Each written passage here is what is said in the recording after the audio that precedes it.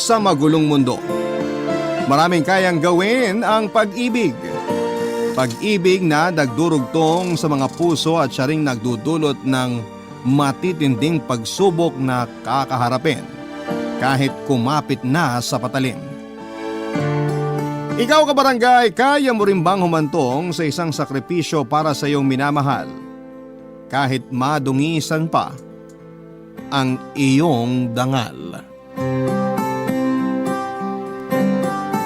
Dear Papa Dudut, isang pagbati po sa inyong lahat na nakikinig sa Barangay Love Stories ngayong araw. Isa po ako sa mga masusugid ninyong tagapakinig at lagi nakatutok sa inyong programa sa radyo. Maricel na lang po ang itawag nyo sa akin, 33 years old na ngayon. Simpleng may bahay lamang ng aking kinakasamang si Martin. 12 years na kaming nagsasama at mayroon na rin kaming 3 anak. 10 taon na ang panganay ko, 7 taon ang pangalawa at 3 taon naman ang bunso. Nangyari po itong bahagi ng buhay ko na nais kong ikwento, halos 2 taon na ang nakakaraan. Papadudot, pangangalakal ng basura ang kinalakhan kong hanap buhay dahil elementary lang ang natapos ko. Sa aming magkakapatid, ako yung pinakamahiyain at mahina ang loob. Maliit na babae lamang ako at may katabaan. Hindi rin ako kagandahan pero sapat na ang lahat ng katangian ko para magustuhan ni Martin. Madalas akong sinasabihan na walang diskarte at walang mararating dahil palagi lamang ako nasa loob ng bahay. Ngunit para sa akin ay kontento na ako sa buhay na meron ako. Kahit na sa buong buhay ko ay tutol ang aking ina sa mga naging desisyon ko sa buhay. Lalong-lalo na sa pagsasama namin ni Martin. Kasing edad lamang kasi ng aking ina si Martin at parang tatay ko na rin daw ito kaya gano'n na lamang ang pagtutol niya sa relasyon namin. 55 years old na si Martin noong magkakilala kami. Isa sa mga nagustuhan ko sa kanya ay ang maala Roy Vinson niyang datingan. Matangkad, mabigote at matikas tignan. Kaya naman kahit malaki ang agwat ng aming edad ay agad ko rin siyang nagustuhan. May 8 siyang anak sa yumao niyang asawa at lahat ay may mga trabaho na. Hindi magandang relasyon ng mga ito kay Martin dahil sa pananakit niya sa mga anak noon. Kaya wala ni isa sa mga ito ang kasama niya. Nang mag-decide na kaming magsama, Papa Dudut, ay doon na kami tumira sa bahay na tinutuluyan nila ng yumaong asawa ni Martin. Maayos naman ang sitwasyon namin noon at nakakaraos pa rin sa pang-araw-araw. Nagtatrabaho bilang construction worker si Martin at ako naman ang namamahala sa maliit naming tindahan. Kahit may mga naririnig ako noon tungkol sa mga pananakit niya, sa nauna niyang pamilya ay tila naging bingi at bulag na lamang ako dahil nararamdaman ko namang mahal na mahal niya kaming mag-iina, Papa Dudut.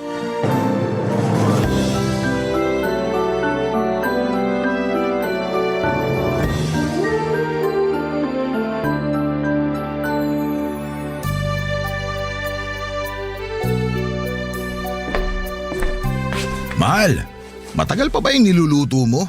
Medyo tomguts na ako eh. Sandali na lang. Maluluto na rin tong tilapia. Pakitawag mo na nga yung mga bata para sabay-sabay na tayong kumain. Sige, tatawagin ko sila mamaya. O heto na yung tilapia. Teka, gagawa ko ng sausawan. Mas masarap kung may toyo at kalamansing ka-partner to. Naku, sana gumawa ka na kanina habang hinihintay mong maluto tong tilapia. Lalo tuloy ako nagutom nung hinain mo na to sa mesa. Ang sarap oh. Sige na, bibilisan na. Ikaw talaga, gutom ka lang eh. Hindi lang to sa gutom, mahal. Sadyang masarap ka lang talaga magluto. Kaya nga ako nahulog sa'yo, hindi ba? Sus, napaka-bolero mo talaga. Pritong isda lang naman yung ulam natin. Ano ka ba, mahal? Kahit anong putahe pa yan, sasarap talaga kapag dumaan sa mga kamay mo. Pero sa tingin ko, may mas masarap pa rito. Mahal, ano ka ba? Nasa pagkainan tayo. Tsaka baka marinig tayo ng mga bata. Ikaw kasi, hindi ko tuloy mapigilan ng sarili ko. Ay nako, kumain na tayo. Tawagin mo na yung mga bata. Okay, sige. Ay, siya nga pala. Magsisimula na raw yung gagawin naming eskwelahan sa bayan. Mukhang matagal-tagal bago matapos yun kaya mapapalaki pa natin tong tindahan. Huwag lang sanang maputakti ng utang.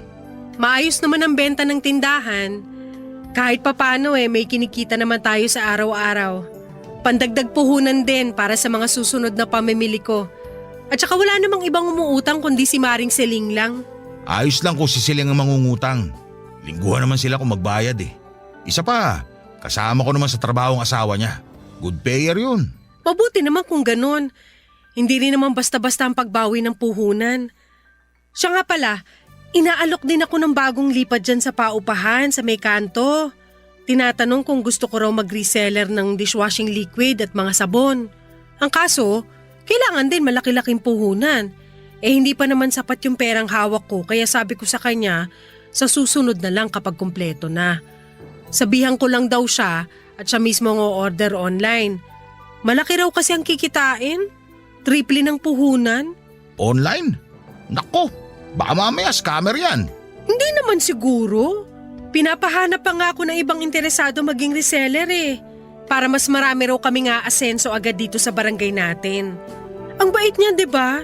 Ay nako, busisiin mo muna yan bago ako magbigay ng pera. Mahirap na. Marami na akong naririnig na scam sa ganyang klase ng negosyo. Sinasabi lang nilang malaki ang kikitain pero scam naman pala. Ayun, parang nilipad lang ng hangin ang perang pinaghirapan nila. Kahit isang balde pa ng luha ang iluha nila, malabo pa sa sabaw ng pusit na maibalik yung pera. Mabuti na lang pala't sinabi mo yan. Naku, nakakatakot din palang sumubok sa ganyang klase ng negosyo. At saka hindi pa naman nating lubusang kilala yung nag-aalok sa akin. Bago lang dito sa atin Kaya nga huwag ka basta-basta magtitiwala. Pagtutuunan ko na lang siguro ng pansin yung tindahan. Siya nga pala, mahal. Kumusta pala yung mga anak mong nasa Pangasinan? Ay, ewan ko ba sa mga batang yun? Mukhang ayaw talaga akong kausapin. Yung bunso ko lang ang malapit sa akin Oh, may inaasahan ka bang pupunta ngayon dito sa bahay? Wala naman. Ako na magbubukas. Sandali lang. Nay! Kayo pala. Tuloy ho. Napasadya ho kayo. Baka may sobra pa kayong bigas dyan. Bigyan mo muna ako kahit 2 taka lang. Ibabalik ko rin. Naubusan na kasi kami Bukas pa makakabili. Sige ho, Nay. Pasok po kayo dito sa loob. Sandali lang at ikukuha ko kayo. Baka gusto niyong kumain. Sakto, naghahapunan na kami. Ay naku, hindi na. Baka maging utang na loob ko pa dyan sa asawa mo. Nay Lucia, nandiyan pala kayo. Kain o. Hoy Martin, tigil-tigilan mo nga ako dyan sa pagtawag mo ng Nay Lucia ha? Kinikilabutan ako. Huwag kang umasta na parang kaidaran mo lang ang anak ko. Amoy na amoy ko na yung pagiging luma mo. Si Nay Lucia talaga Alam na alam niyo yung amoy ng mga katulad nating luma Magkaedad lang tayo, hindi ba? Nangiinsulto ka ba? O ikaw Maricel, pagsabihan mo nga yung asawa mo ha? Hindi ko gusto ang tabas ng dila niyan. Sobra na kasi kayo. Sinusubukan ko naman kayong unawain at pakisamahan. Pero lagi nyo na lang pinamumukha sa akin ang edad ko at ang agwat namin ng anak nyo. O bakit? Hindi ba totoong parang tatay ka na ng anak ko? Nay, tama na ho. Ito na yung bigas nyo. Kahit wag nyo na hong ibalik yan. Ay nako, hindi. Utang ito Maricel. Kundi lang kami naubusan hindi na ako pupunta rito. Ay, makauwi na nga. Salamat ito sa bigas ha. Papalitan ko ito bukas. Wala akong magawa ng mga panahong yun tungkol sa hindi pagkakasundo ni nanay at ng kinakasama kong si Martin. Sa totoo lang kasi papadudod ay hindi lang ang nanay ko ang kontra sa relasyon namin. Kahit ang ilan sa mga kakilala ng pamilya namin ay nakikisawsaw at palagi na lamang kaming topic sa mga tsismisan. Sa mga unang taon ng pagsasama namin, papadudod ay masaya ako dahil nakikita ko ang pagiging responsable ni Martin. Bagay na hindi niya raw nagawa sa nauna niyang pamilya. Naniwala naman ako sa mga ipinapakita niya dahil ganon ko siya kamahal. Hanggang sa nakita ko ang unti-unti niyang pagbabago. Mula nang magtrabaho si Martin sa ginagawang eskwelahan ay madalas na siyang umuuwi ng lasing matapos nilang sumahod. Tuwing Sabado kasi ibinibigay ang sahod nila sa buong linggong pagtatrabaho. Pinagsasabihan ko naman siya pero nauuwi lang sa pagtatalo ang usapan namin papadudot. May mga panahon na nasasaktan na rin ako ni Martin ng pisikal. Sampal, suntok, sa sikmura at minsan ay tinatadyakan na rin ako tuwing umiinit ang ulo niya. Ang pinaka masakit pa, Papa Dudut, tuwing nalalasing siya ay pinipilit niya ako na may mangyari sa aming dalawa kahit pagod na ako sa buong maghapon. Gusto ko na lamang sanang magpahinga. Pero dahil mahal ko si Martin ay ayaw ko rin na masira ang pamilyang nabuo namin. Tiniis ko na lamang ang lahat. Isa pa ay good provider naman siya. Iniisip ko na lamang noon na konting sakripisyo na lamang ang ginagawa ko para sa aming mga anak. Nang malaman ni nanay ang ginagawang pananakit ni Martin ay nakarinig ako ng mga masasakit na salita mula sa kanya. Tinanggap ko na lamang lahat ng masasakit na salitang sinabi niya sa akin. Ang tanging nakakaunawa lang noon sa sitwasyon ko ay ang aking ama na palagi akong kinukumusta. Minsan kapag nagigipit ay palihim ding nag-aabot ng pera si tatay. Isang buwan pa lamang sa trabaho si Martin nang magkaroon kami ng isang mabigat na problema, Papa Dudut.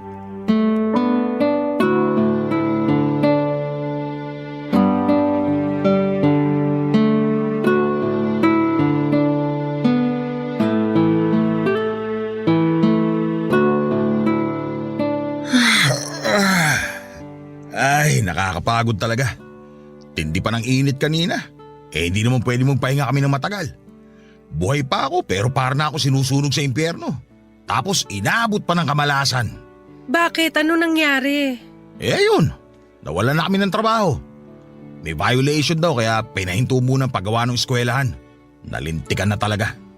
Hirap pa naman makahanap ng trabaho ngayon dito sa probinsya. Konting tiyaga lang, mahal.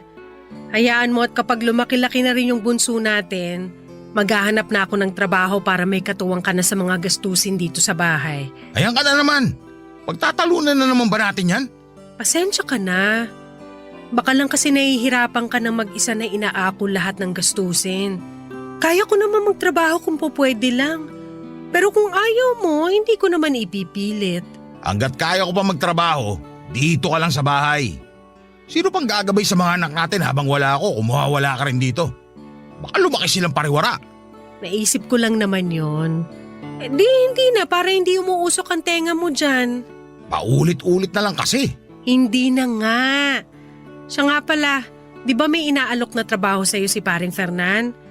Hindi mo ba gusto yon? Mukhang malaki naman ang sahod. Sus, sa Rizal pa yun, mahal. Malayo rito sa atin. Mahirap naman kung mapapalayo ko sa inyo. Alam mo naman kapag nasa trabaho ko, hindi basta-basta nakakauwi. Baka hindi ko namamalayan na sa tagal ko na pala ron hindi ko na nasusubaybayan ang paglaki ng mga anak natin. Ano ka ba? Sa Rizal ka lang naman pupunta, hindi sa ibang bansa. Imposible naman na hindi ka makauwi kahit isang beses lang sa isang buwan. May day off ka naman. Ay nako, basta. Kung may mahanap ako ibang trabaho rito, mas yun pa rin ang papatusin ko. Ayoko talaga ron. Sige, ikaw ang bahala. Nabangkit ko lang naman. Siya nga pala, mahal. Ipinahilot ko si Bunso kanina. Nilalagnat na naman kasi. Na naman? Pero pinatawas ko na rin kanina. Malamang bukas mawawala na rin yung lagnat niya. Masyado ka naman nagpapaniwala sa mga tawas-tawas na yan. Dinala mo na ba sa center? Hindi pa nga eh. Akala ko kasi mawawala rin yung lagnat. Oh, mataas pa rin ba lagnat? Nawala naman kanina. Teka, titignan ko nga ulit. Sana kasi pinatignan mo muna sa center kanina. Paano kung hindi lang basta lagnat yan? May thermometer naman dyan. Tignan mo kung mataas ang lagnat ng maagapan. Eto na nga, chinecheck ko na. Naku, ganun pa rin pala. Hindi bumaba. Sa ospital mo na ipa-check up si Bunso bukas. Dali mo na lang yung perang sinahod ko nung huling linggong trabaho ko. Kikitain ko pa rin naman yon. Ang mahalaga, mapatignan sa doktor si Bunso. Sige. Pero paano yung iba pa nating gastusin? Magbabayad pa tayo ng kuryente at tubig. May babayaran pa sa school yung 2 anak mo. Bahala na. Gagawa ko na lang ng paraan. Mahal, may nakalimutan pa pala akong sabihin. Ano yun? May iba ka pang babayaran? Naku, hindi. Tungkol pa rin dun sa trabahong alok ni kumpare. Ano ba naman yan? Hindi ba napag-usapan na natin yan kanina? Ayoko nang paulit-ulit. Alam ko.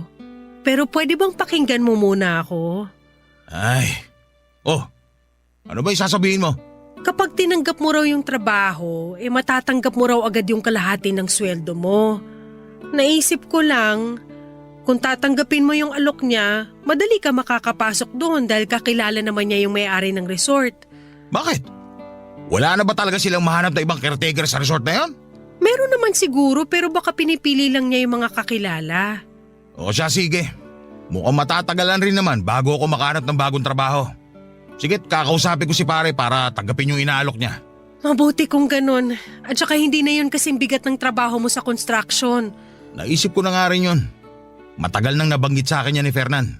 Pero malayo kasi dito kaya hindi ako naging interesado. Masasanay ka rin naman, mahal. Papadudot nang dalhin ko sa ospital ang bunso namin ay doon ko nalaman na may dengue na pala siya at nangangailangan kami ng perang panggastos sa ospital. Natuloy din sa pag-alis si Martin patungong Rizal para magtrabaho doon bilang caretaker sa isang resort. Maayos naman ang trabaho niya at regular na nakapagpapadala sa amin ng mga anak niya. Nang makalabas ng ospital ang bunso namin ay inasikaso ko naman noon ang tindahan namin na matagal-tagal ding walang kinita. Nung una hindi ko maiwasang mangulila kay Martin. Nasanay kasi ako na palagi kaming magkasama. Kahit nasasaktan niya ako ay hindi naman mawawala o mababawasan ang pagmamahal ko para sa kanya. Halos gabi-gabing tumatawag si Martin para mangumusta sa amin. Kaya kahit papaano ay nababawasan din ang pangungulila ko sa kanya. Kahit malayo ay nararamdaman ko na mahal niya kaming mag-iina. Halos hindi na siya magtira para sa sarili niya tuwing nagpapadala siya ng pera dahil gusto raw niyang mabili lahat ng kailangan ng 3 naming mga anak. Hanggang sa magkaroon na naman kami ng isang malaking pagsubok na hindi ko akalaing magpapabago sa pagsasama namin ni Martin. Tumawag siya sa akin at sinabing umiihi na raw siya ng dugo. Dahil hindi na makapasok sa trabaho ay umuwi na lamang siya sa amin. At doon na rin kami nagkaroon ng pagkakataon na ipa-check up siya. Matapos nga ang ilang pagsusuri sa kanya ay nakitaan siya ng bato sa pantog na 3 cm na ang laki at ayon sa doktor ay nakakailangan ng agarang operasyon upang matanggal ito. Nang mga panahong yon ay hindi ko na alam kung saan pa kukuha ng perang gagastosin namin. Wala na kasing natira sa huling sinahod ni Martin dahil sa check-up pa lamang niya ay napagastos na kami. Kinakailangan din siyang ilipat ng ospital dahil hindi na kaya ng ospital sa amin ang isasagawang operasyon sa kanya. At dahil nga sa desperada na ako noon ay naglakas loob ako na humingi ng tulong sa mga anak sa una ni Martin. Inaasahan ko na ang magiging reaksyon nila dahil batid ko na hindi pa nila kayang patawarin ang kanilang ama. Kaya hindi na rin sumama ang loob ko sa pagtanggi nila na magbigay ng tulong. Mabuti na lamang at may 2 sa kanila ang patagong nagpaabot ng kaunting tulong para sa panggastos naming mag-iina.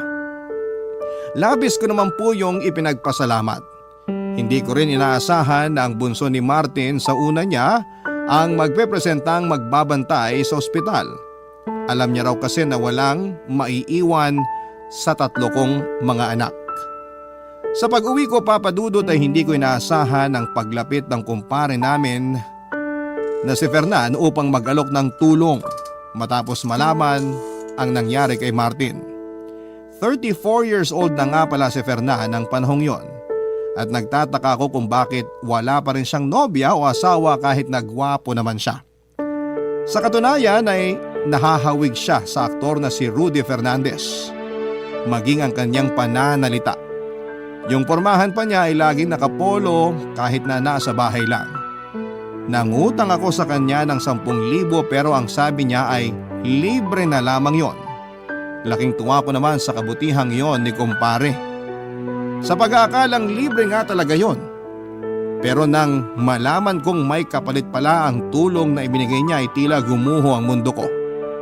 Hindi ko kasi akalain na ang hihinging kapalit ni Fernan ay isang gabi na magkasama kami. At alam ko rin ang maaaring mangyari sa loob ng isang gabing yun, papadudot.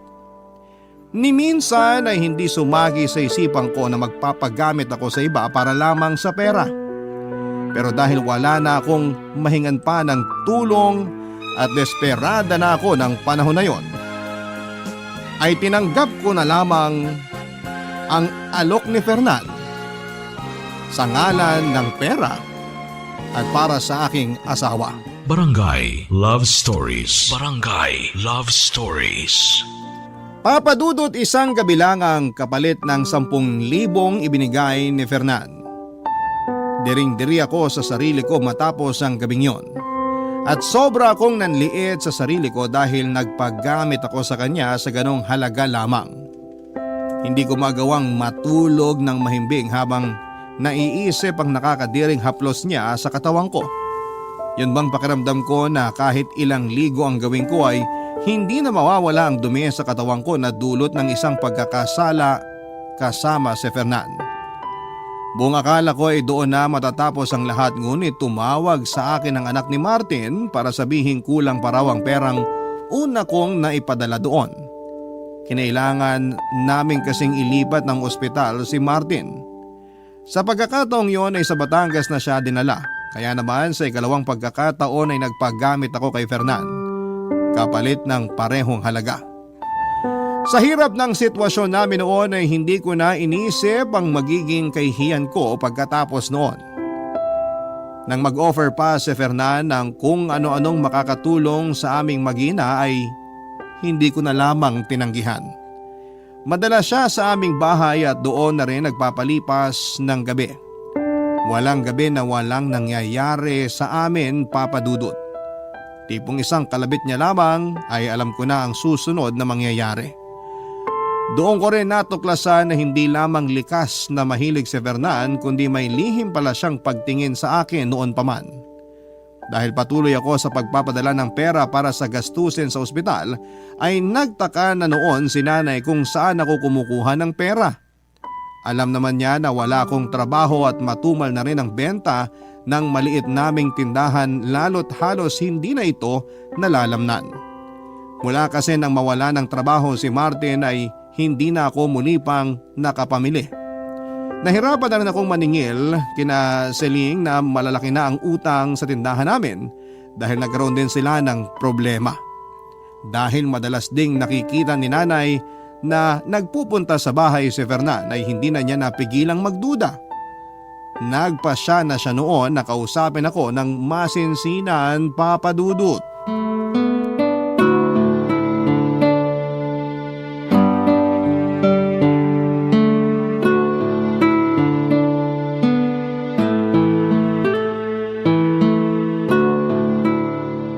Oh, kumusta naman yung asawa mong matanda, Maricel? Nay naman, wag naman ho kayong ganyan kay Martin. Na-ospital na nga yung tao. Aba, anong gusto mo? Makipagplastikan ako? Kunwari, alalang-alala ko sa kinakasama mo? Hoy, kilala mo ako, Maricel, ha? Nay, hindi ho yan yung kailangan ko ngayon. O siya, sige. Palilipasin ko muna ang araw na ito na wala akong sasabihing masama tungkol sa kanya. Salamat naman kung ganun. Pagod na ho kasi ako eh. Wala na akong lakas para makipagtalo at paulit-ulit na ipagtanggol si Martin. Sino ba naman kasing may sabing ipagtanggol mo palagi ang lalaking yon? Nay, pakiusap. Tama na ho, pwede. Kung di lang ako naawa sa sitwasyon mo, titiisin ko talagang hindi pumunta rito sa inyo eh. Kumusta naman ba ang lagay niya? Ayun, pangatlong ospital na yung pinagdalhan sa kanya. Mukhang malala na ang lagay ah. Ano nga ulit yung sakit niya? UTI ba yon? Hindi ho, Nay. May bato siya sa apdo. Ang sabi raw ng doktor ay kailangan alisin yung bato na 3cm ang laki. Dudurugin na lang daw para mas madali. Buti mabait yung bunsong anak ni Martin. Kahit siraulo siya noon sa mga anak niya, no?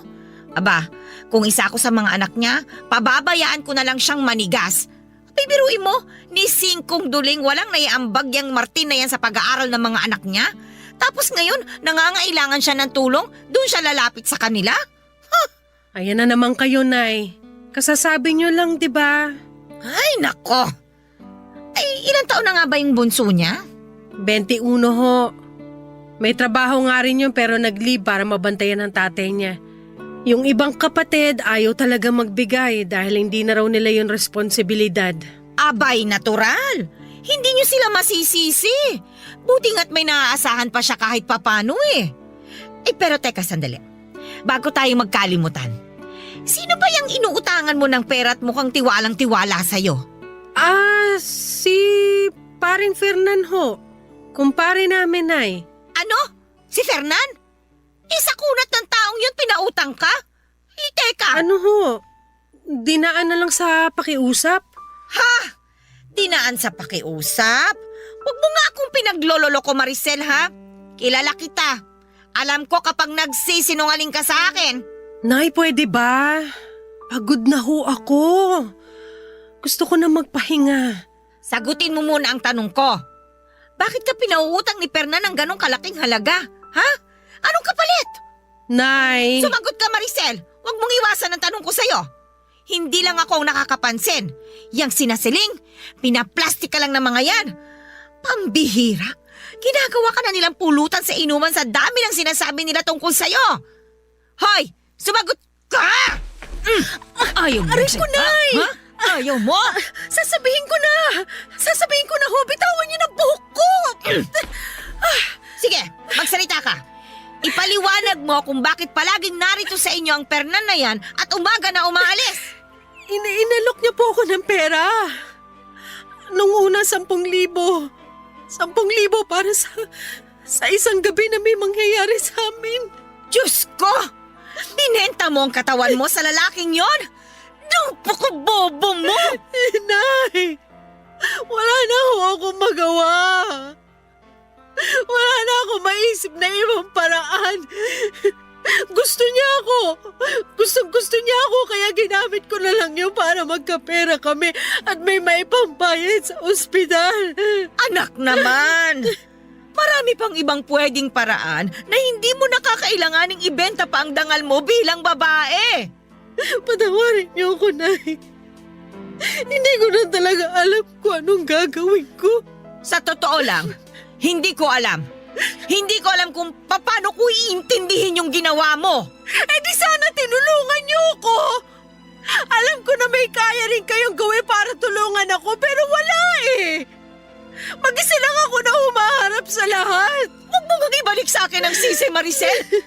Pinili mo na bumukod na at sumama dyan sa Martin na yan. Kaya lahat na magiging problema ninyo ay magiging problema nyo lang. Yan ang usapan natin, hindi ba? Pero Nay... Kung alam mo lang kung gaano ako nasasaktan sa mga naririnig kong paninira tungkol sa'yo. Napuntik pa nga akong mapabarangay sa pagtatanggol ko sa'yo eh. Oh, tapos ano? Totoo naman pala ang lahat ng yun.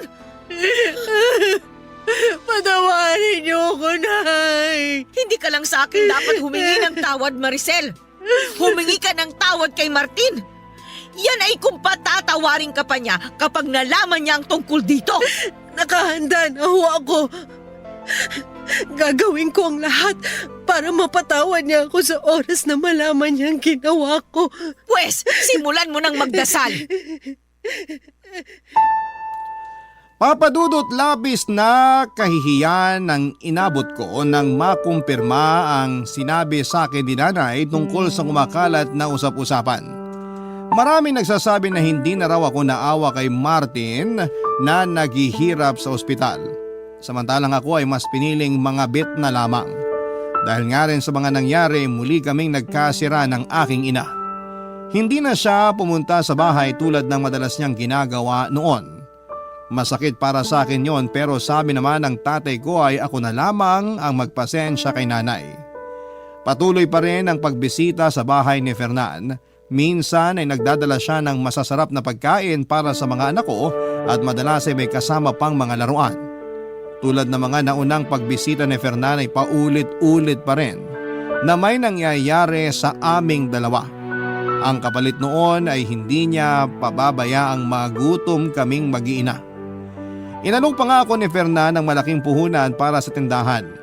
Naging bulag at pipina lamang ako sa mga panghuhusga sa paligid ko, papadudot. Hindi ko naman kontrolado ang isip ng mga tao kaya wala na akong magagawa doon. Dinedma ko na lamang ang kumakalat na chismis dahil mas mahalaga sa akin ang buhay ng pamilya ko kesa sa sarili kong dignidad ng mga panahong yon.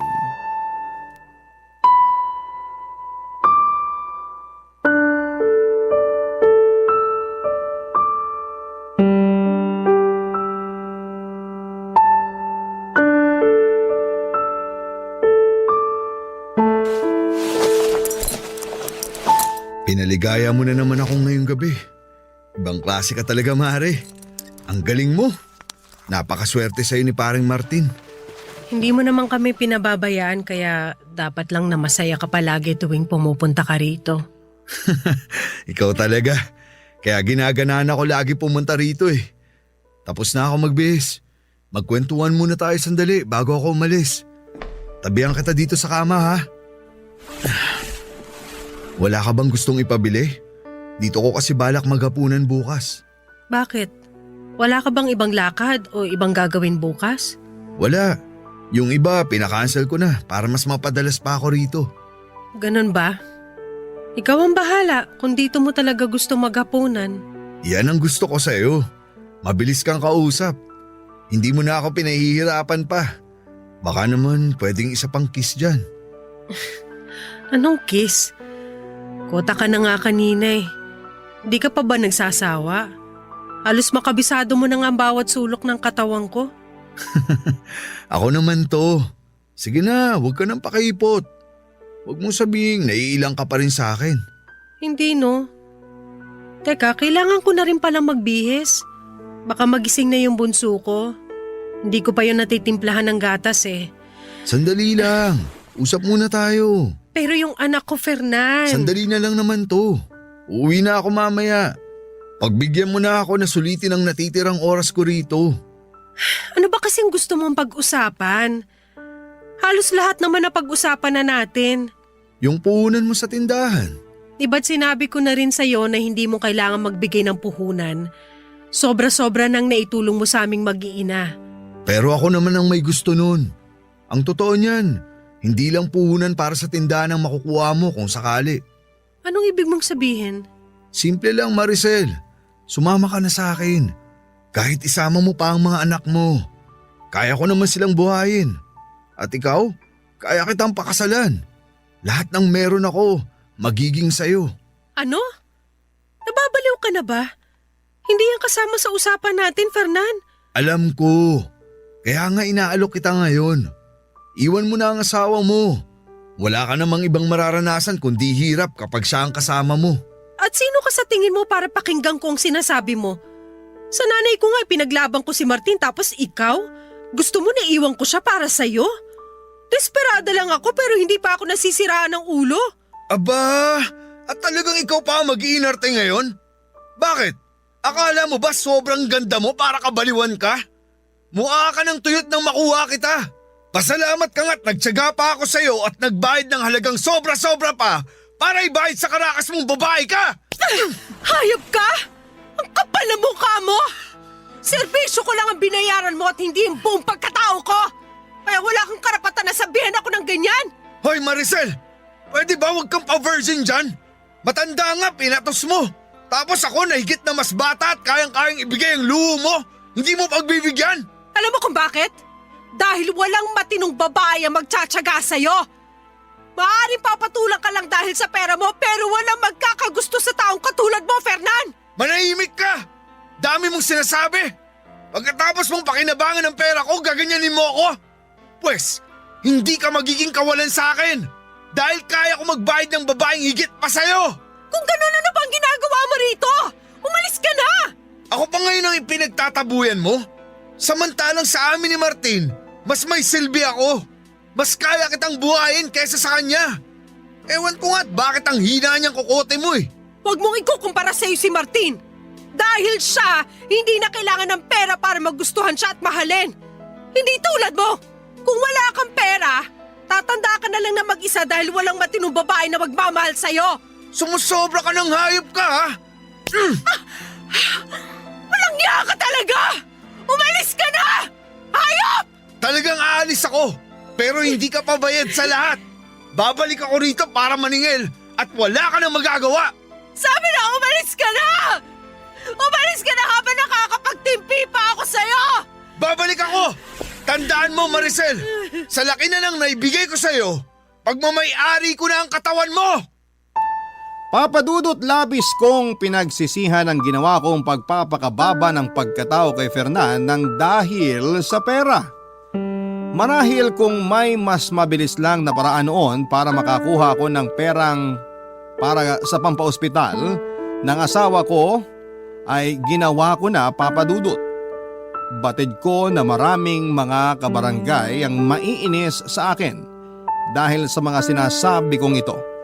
Pero kahit ako ay hindi lamang inis kundi galit ang nararamdaman ko sa sarili ko ng panahong yon. Sinubukan ko makipagayo sa aking ina at humingi ng payo sa kanya kung ano ang dapat kong gawin kahit na alam kong imposible nang matakasan ang nagawa kong pagkakasala hanggang sa panahong yon ay umiiral kasi ang pagiging mahina ng loob ko. Sa kabila ng naging pagtatalo namin ni Fernan at palitan ng mga masasakit na salita ay pumupunta pa rin siya sa bahay ngunit tuwing gabi na lamang. Katwiran niya ay kasama pa rin yon sa mga naibigay niyang pera. Papadudot, may isang gabi na naabutan kami ni nanay sa kusina. Sakto pa noon na may ginagawa si Fernan sa akin. Galit na galit si nanay at agad na pinalaya si Fernan. Binantaan niya ito para tuluyan na akong tigilan. Sinabi naman ni Fernan na babawiin niya ang perang ibinigay niya sa akin pero silang dalawa na ni nanay ang nag-usap tungkol doon. Lumipas nga, Papadudot, ang mga araw at hindi na nagpakita sa akin si Fernan.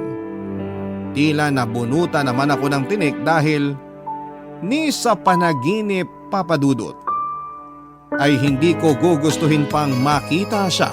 Barangay Love Stories. Barangay Love Stories. Mahigit isang buwan ding nagpapagamot si Martin, Papadudot, bago siya nakauwi sa amin upang doon na lamang lubusang magpagaling. Masaya ako sa pagbabalik niya pero hindi mawala sa akin ang takot. Sakaling malaman na niya ang tungkol sa namamagitan sa amin ni Fernan. Alam ko na hindi malabong makarating sa kanya ang mga nangyari dahil kalat na ang chismis sa barangay namin. Napansin naman ni Martin ang pagbabago sa mga kinikilos ko kaya minsan ay nagtatanong siya kung meron daw ba akong problema. Pero syempre ay nanatiling tikom ang bibig ko, Papadudot.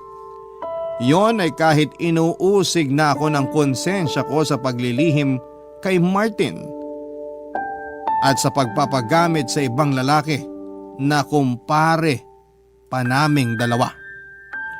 Hanggang sa may nabanggit kay Martin ang panganay naming anak na madalas sa bahay si Fernan noong nasa ospital pa siya. Labis ang kaba ko noon dahil akala ko ay mabibisto na niya ako. Gayon pa man ay pinili ko pa rin magsinungaling sa kanya at pilit kong itinago ang katotohanan. Ngunit ika nga ay walang lihim ang hindi nabubunyag. Dumating na nga ang kinakatakutan ko, Papadudot. May isang kapitbahay kasi kami na nagkwento kay Martin at ikinuwento nito ang tungkol sa namamagitan sa amin ni Fernan. Pag uwi niya ng bahay ay galit na galit niya akong pinapaamin.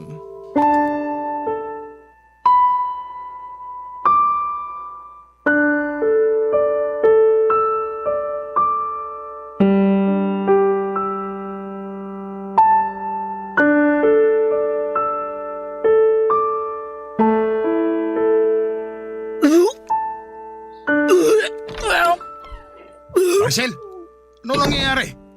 Bakit ka nagsusuka? Hindi ko alam. May nakain yata ako. May nakain? O baka naman ikaw nagpakain? Ano bang pinagsasasabi mo dyan, Martin? Masama ang pakiramdam ko. Nahihilo ako tsaka… Nahihilot, nagsusuka? Eh baka naman buntis ka. Ano? Nagbunga na ba? Martin, Bakit? Akala mo ba hindi ko malalaman? May nakapagsabi sa akin, Maricel. mas naniniwala ka pa ba sa kanila kaysa sa akin? Malay mo ba kung sinisiraan lang nila ako? Ano ba naman, Maricel? Hindi ka pa rin ba aamin? Kalat na dito sa atin ang ginagawa niyong kababoy ni Fernan habang nandun ako sa ospital. Hindi totoo yan. Sinisiraan lang nila ako. Yung pagpunta rito ni Fernan, walang ibig sabihin yun. Nagmamalasakit lang yung tao. Tapos yung mga kapitbahay naman natin masyadong malisyoso at malisyosa. Halos araw-araw nandito si Fernan tapos nagmamalasakit lang. Ayop na malasakit yan. Inaabot hanggang kinabukasan? Ano, Maricel? Masarap ba magmalasakit si Fernan? Damang-dama mo ba? Kita mo na? Hindi ka mapagsalita ngayon. Totoo, di ba? Hindi ko yung ginusto, Martin. Sa tingin mo ba masaya ako habang ginagawa niya mga bagay na ikaw lang ang binigyan ko ng pahintulot na gumawa sa akin? Tiring-tiri ako sa sarili ko at nanliliit ako dahil hindi ko akalaing papatusin ko ang alok niya. Pero pinatos mo pa rin. Nagpagamit ka pa rin sa kanya. Mga baboy kayo!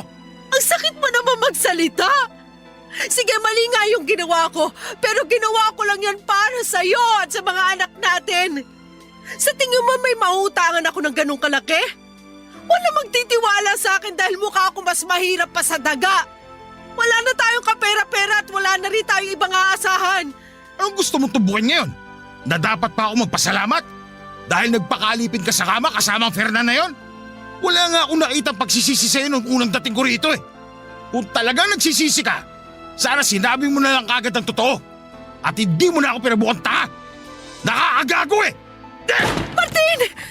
Tama na! Tumigil ka na! Huwag mong sipain yung upuan! Kasalanan mo lahat to.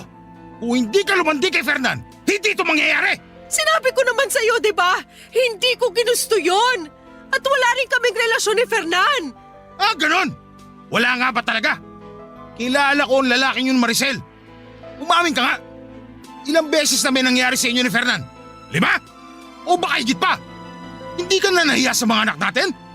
Ang babata pa nila, pero nakikita nila dito na kinakalantari ka na ibang lalaki. Hindi ko hinayaan makita ng mga bata yon. At ano? Dapat ko pa ikatuwa na hindi mo naman pala pinapakita sa kanila ang kababuyan nyo? Hindi yun ang ibig kong sabihin. Pero wala eh. Kahit naman yata anong sabihin ko, baliwala rin sa'yo. Unawain mo rin naman ako. Masisisi mo ba ako, Maricel? Ni hindi ko nga kayang isipin na may nangyayari sa inyo ni Fernan sa bawat gabi na nangungulila ako sa inyo mag-iina. Sige nga. Kung hindi ko ginawa yon, sino bang tutulong sa atin? Lahat ang nilapitan ko.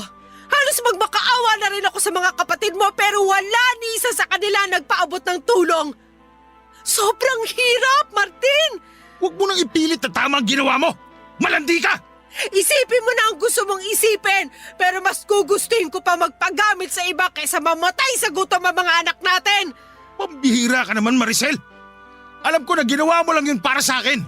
Pero mas gugustuhin ko pa maghirap kaysa gawin ka kasangkapan ng ibang tao para sa makamundong pagnanasa. Yun ang hindi ko matatanggap. Maniwala ka, Martin! Hindi ko ginusto yun!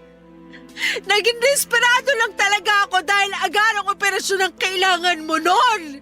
Ganon kita kamahal. Pinagaling nga ako ng perang galing kay Fernan. Pero alam mo, itong puso ko naman ang binigyan mo ng sakit. Umalis ka na rito. Ayoko na makita ang pagbumukha mo. Huwag, Martin. Huwag mo naman gawin sa akin to. Yung mga anak natin, paano sila? Kailangan nila ako. Pakiusap, huwag mo naman paabutin sa ganito. Buo na ang desisyon ko, Maricel. Lumayas ka sa pamamahay ko! Isasama ko ang mga bata! Wala kang isasama ni isa sa kanila! Napapaliw ka na ba? Kailangan ako ng bunso natin. Kung paalisin mo ako rito, isasama ko siya.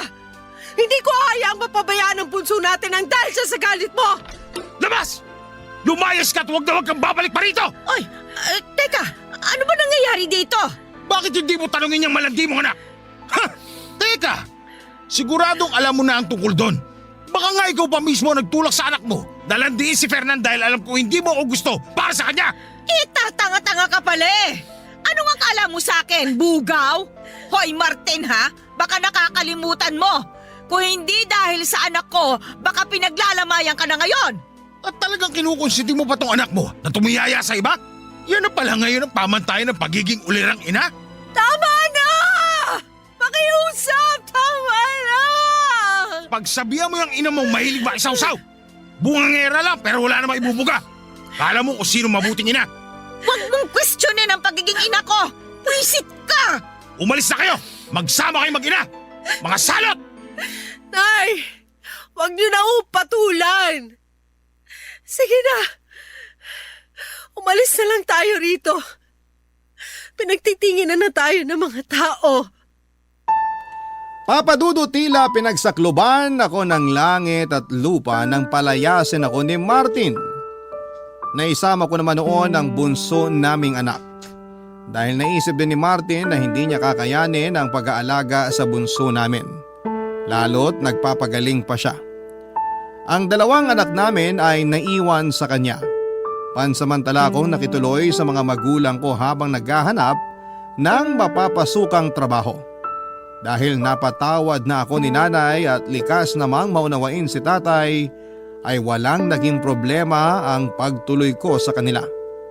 Si nanay na rin ang tumulong noon sa akin sa paghahanap ng trabaho sa bayan dahil may mga kakilala naman siyang naghahanap ng tindera sa palengke. Tungkol naman kay Fernan ay wala na akong naging balita pa sa kanya at hindi ko na rin gugustuhin pang malaman ang kahit na ano tungkol sa lalaking yon. Pero nakarating pa rin sa akin ang bali-balitang lumipat na raw ito ng tirahan. Makalipas ang ilang linggo, Papa Dudut, ay dumating ang isa na namang pagsubok sa akin. Ilang araw na rin kasi ako noon na nakikitaan ng mga sintomas ng pagbubuntis. Tutol man ako sa ideyang iyon dahil alam ko kung sino ang posibleng ama ng dinadala ko. Sakaling buntis nga talaga ako ay minabuti ko pa rin magpatingin sa doktor. Hanggang sa nakumpirma ko nga ang aking pagbubuntis. Pero dahil sa stress at pagod sa pagtatrabaho ay nakunan ako. Nakarating sa bunsong anak ni Martin sa unang asawa ang mga nangyari. At hindi ko lubos akalain na eto pa mismo ang kukumbinsi kay Martin na makipagbalikan sa akin. Ipinaunawa nito kay Martin ang naging sitwasyon ko noon at lahat ng hirap na dinanas ko bago magkaroon ng perang maipapadala para sa pampahospital niya. Kaya naman nagulat na lamang ako nang may biglang dumating sa bahay ng mga magulang ko.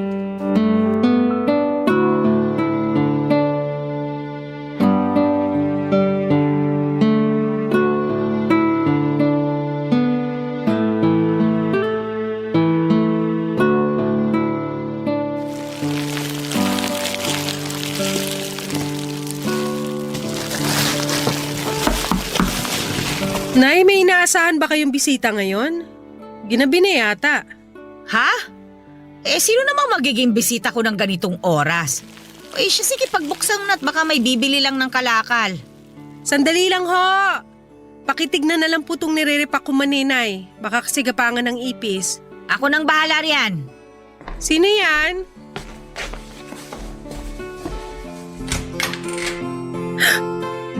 Martin? Maricel, pwede ba tayo mag-usap? Mag-usap? Tungkol saan? Tungkol sa ating dalawa. Sa pamilya natin. Kung okay lang sana. Sino bang nariyan, Maricel? Magandang gabi ho, Nay Lucia. Ay, anak ng teteng, oo. Anong ginagawa ng walang hiyang yan dito? Paalisin mo yan, Maricel, ha? Naaalibadbaran ako sa pagbumuka niyan. Mas gugustuhin ko pang aswang ang dumalaw ngayong gabi kaysa sa matandang yan. Grabe naman ho kayo. Gusto ko lang makausap si Maricel para humingi ng tawad sa kanya. Aba, bakit? Sigurado ka bang patatawarin ka ng anak ko? Nako ha, Maricel, sinasabi ko na sa'yo. Tigilan mo ang kagagahan mo. Huwag mong kalilimutan ang mas masakit na salitang binitiwan yan sa'yo. Lahat ng pangiinsulto. Kaya nga ho nandito ako. Pinagsisisihan ko na lahat ng mga nasabi ko. Maricel, sige na ho. Mag-usap tayo. Isa pa hinahanap ka na rin ng mga anak natin. Namimiss na nila ang nanay nila. At talagang ginamit mo pa ang mga bata, ano? Nay, tama na ho. Hayaan niyo na muna ako makipag-usap sa kanya. Malaki rin na naging kasalanan ko, 'di ba? Kaya sige na ho. Ibigay niyo na to sa akin. Ay, o siya sige. Kung diyan ka magiging masaya. Sana lang hindi mo pagsisihan kung ano man ang magiging desisyon mo. Salamat ho, Nay Lucia. Nailabas lang ho kami. Bahala kayo. Sa labas na lang tayo mag-usap. Natutulog na kasi si Bunso sa sala. Sige, Wala namang problema sa akin kahit saan. Salamat kasi naintindihan mo na rin lahat ng ginawa ko. Hindi ko naman talaga gagawin yon kundi lang tayo kapos sa pera. Hindi mo na kailangan pang ulitin ang paghingi mo ng tawad sa akin, Maricel. Sapat na yung mga sinabi mo nung huli tayo nag-usap. Ibig bang sabihin? Oo, Maricel. Napatawad na kita. At kung pupwede sana, bumalik ka na ulit sa bahay. Pwede pa ba? Oo naman. Sino ba naman ako para tumanggi? Walang gabi na hindi ko ipinagdarasal na mapatawad mo na ako at bumalik na sa dati ang samahan nating dalawa. Yung magiging buo ulit ang pamilya natin. Hindi mo na kailangan ipagdasal yun ngayon. Nandito na ako. Kukunin na kita talagaan ulit gaya ng dati. Talaga? Hindi ka na ba talaga galit sa akin? Hindi ka nandidiri? Tungkol dyan, pasensya ka na sa lahat ng nasabi ko. Alam kong nasaktan kita ng sobra kaya pinagsisisihan ko yun. Tinatanggap ko naman ang paghingi mo ng tawad. Mahal na mahal kita, Maricel. Mahal na mahal din kita, Martin. Salamat sa pagtanggap mo ulit sa akin. Pangako, hinding-hindi na yun mauulit. Ikaw at ikaw na lang ang magiging lalaki sa buhay ko. Siya nga pala, may trabaho na ako ulit at nakapag-ipon-ipon din ng konti. Sisipagan ko pa para lumaki ang iniipon kong pera para sa kasal nating dalawa. Talaga? Naku, ikaw talaga. Masyado mo naman agad akong pinasasaya. Yun ay dahil karapat dapat ka lang napakasalan. Kaya, paano ba yan? Wala nang ibang pwedeng umangkin sa'yo. Ako lang. Tagumpay akong nakabalik sa bahay ni Martin kasama ang bunso naming anak. Napakasaya ng mga anak namin nang muling mabuo ang pamilya namin. Maging ako ay walang pagsidla ng saya dahil sa muling pagtanggap sa akin ni Martin. Ipinakita niya rin ang pagbabago niya sa ikalawang pagkakataon na nagkasama kami sa iisang bubong. Hindi na siya yung dating Martin na mapanakit at lasenggo. Nang magkaroon ng magandang trabaho na inalok sa kanya sa ibang lugar ay tinanggap na niya nang walang pag-aalinlangan. Pumayag naman ang mga anak niya sa unang asawa na ibenta na lamang ang bahay na dati naming tinitirhan bilang tulong na rin sa amin. Si Fernan naman, ang huling balita ko ay nagkaroon daw ng AIDS dahil sa iba't ibang babae na nakakasiping nito.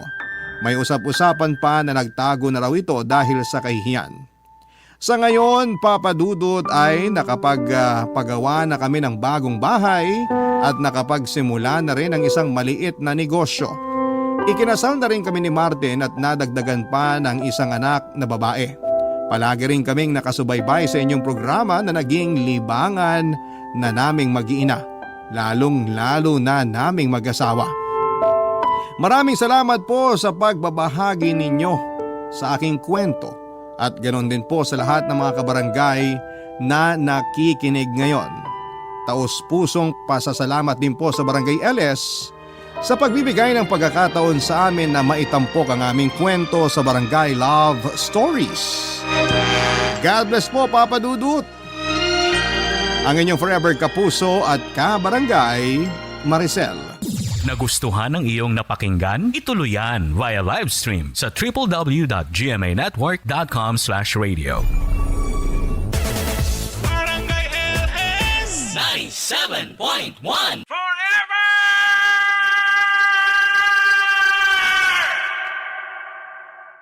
Ang mga kwento ng pag-ibig, kwento ng buhay at kwento ng pag-asa dito sa Barangay Love Stories.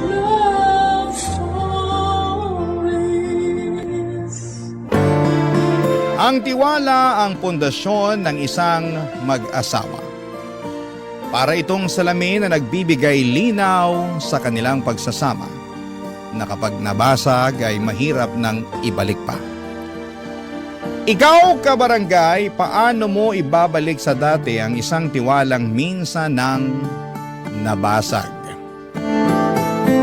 Dear Papa Dudut, ang pag-aasawa ay isang panghabang buhay na panata. Para mapagtibay ang pagsasama ninyong dalawa ng iyong asawa ay kinakailangan ninyo ng pagmamahal, tiwala, pangunawa at sakripisyo. Ito ang mga bagay na sinumpaan namin ang babaeng aking nakaisang dibdib na pareho naming pinanghawakan, lalo na noong nakabuo na kami ng sarili naming pamilya. Bago ko po makalimutan, ako nga po pala si Gabriel, 35 years old mula sa Tugigaraw.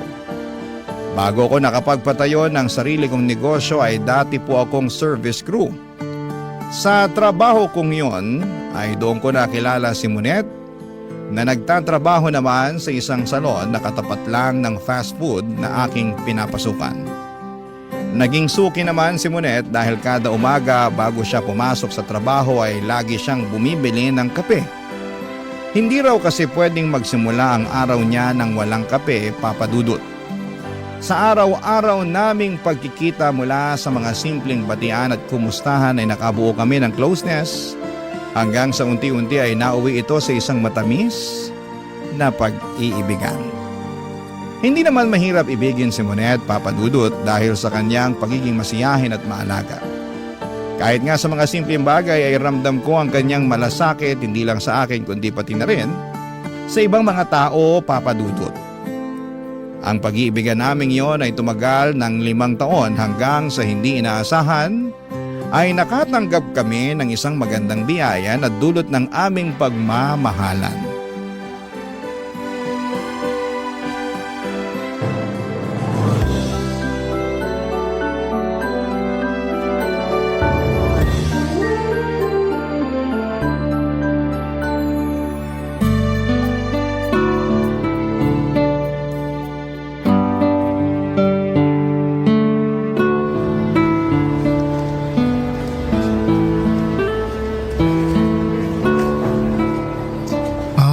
Atsara? Oo, yun nga. Pipinan na inatsara. Yun yung gusto ko ngayon. Ang lala mo namang mag-crave. Bakit? Naglilihi ka ba? Daig mo pa buntis ah. Paano kung buntis nga ako? Sus, paano ka naman mabubuntis? Teka ha. Monet, buntis ka ba? Uy, Monet, huwag ka namang magbiro ng ganyan.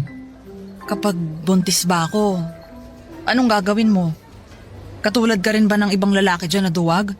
Yung sweet sa una pero kapag nakadisgrasya, tinatakbuhan na yung responsibilidad nila?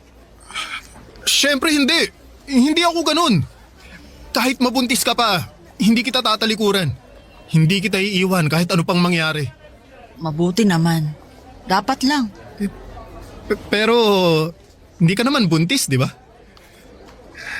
Buntis ako, Gabriel. Ha? Monet, hindi nga. Totoo ba? Buntis ka nga. Oo nga. Paulit-ulit. Sandali lang. Paano? Ha? Sinasabi mo bang magiging tatay na ako? Magkakaanak na tayo?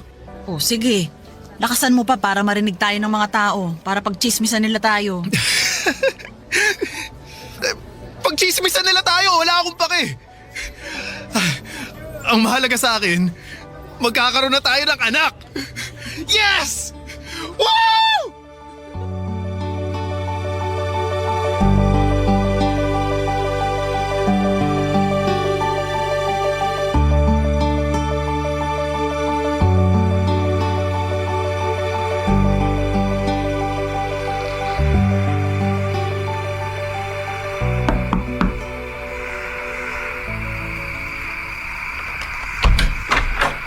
Gabriel!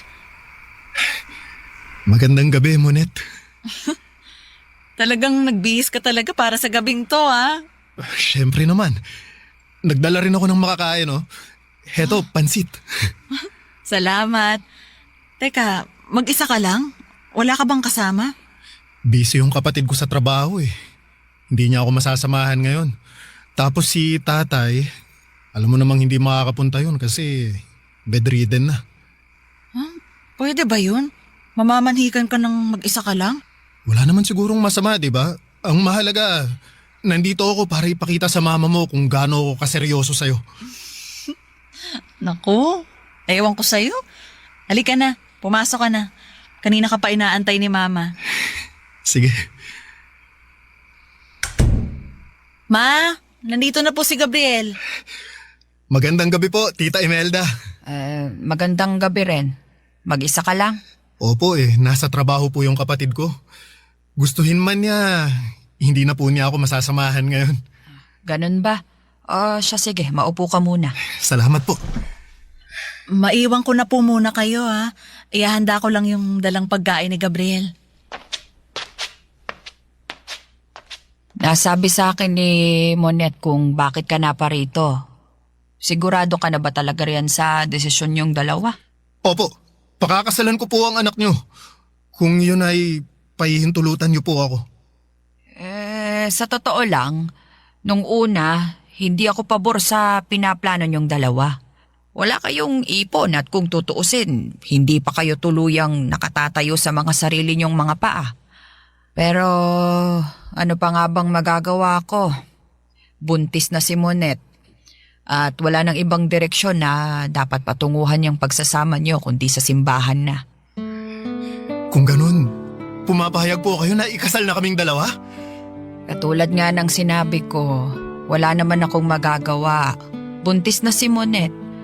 Pero sa isang kondisyon, Gabriel. Sige po, ano po yun? Wag na wag mong lolokohin ang anak ko. Alagaan at mahalin mo siya, katulad ng ginagawa namin sa kanya. Pangako po. Ano man ang mangyari, hindi ko po siya iiwan. Hindi ko siya lolokohin, kundi paglilingkuran ko siya hanggang sa tumanda kami. At dahil nga sa pagkakaroon namin ng sariling pamilya ay napagtanto ni Monet na hindi sapat ang pagiging service crew at hairstylist niya para maibigay namin ang lahat ng pangangailangan ng anak namin. Kaya naman ang ginawa nito ay naghanap siya ng ibang trabaho. Noong tumungtong sa 2 taon, ang anak namin ay naisipan niyang mag-apply sa BPO at mapalad naman siyang nakapasok bilang customer service representative. Papadudot, aminado ako na malaki ang naitulong ng bagong trabaho ni Monet sa buhay namin. Hindi man maganda sa pakiramdam na mas malaki ang kinikita ng asawa ko kumpara sa akin ay malaki pa rin ang pasasalamat ko na dahil sa kanya ay natutustusan namin ang lahat ng pangangailangan ng anak namin. Ang hindi lang magandang aspeto sa trabaho niyang yon ay nagkahiwalay kaming dalawa dahil nasa Maynila ang trabaho nito. Noong nakapag-ipon ay binigyan ako ni Monet ng puhunan para maipatayo ko na ang negosyo na matagal ko nang inaasam. Isang pansiteria. Mula sa pagiging fast food crew ay unti-unti kong natutunan ang mga patakaran sa pagpapatakbo ng negosyo. Mula sa pakikitungo sa mga supplier, pagbuo ng menu, hanggang sa pag-aasikaso ng mga customers. Magkalayo man kami ni Monet ay kinakailangan naming tiisin ang pagkamis namin sa isa't isa para sa kinabukasan ng anak namin, Papa Dudut. Noon ay mas sinubok ang tatag naming mag-asawa pagsapit ng taong 2020.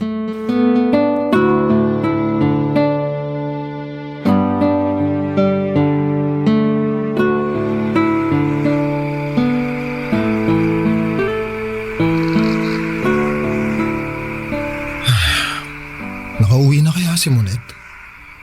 Matawagan nga ulit.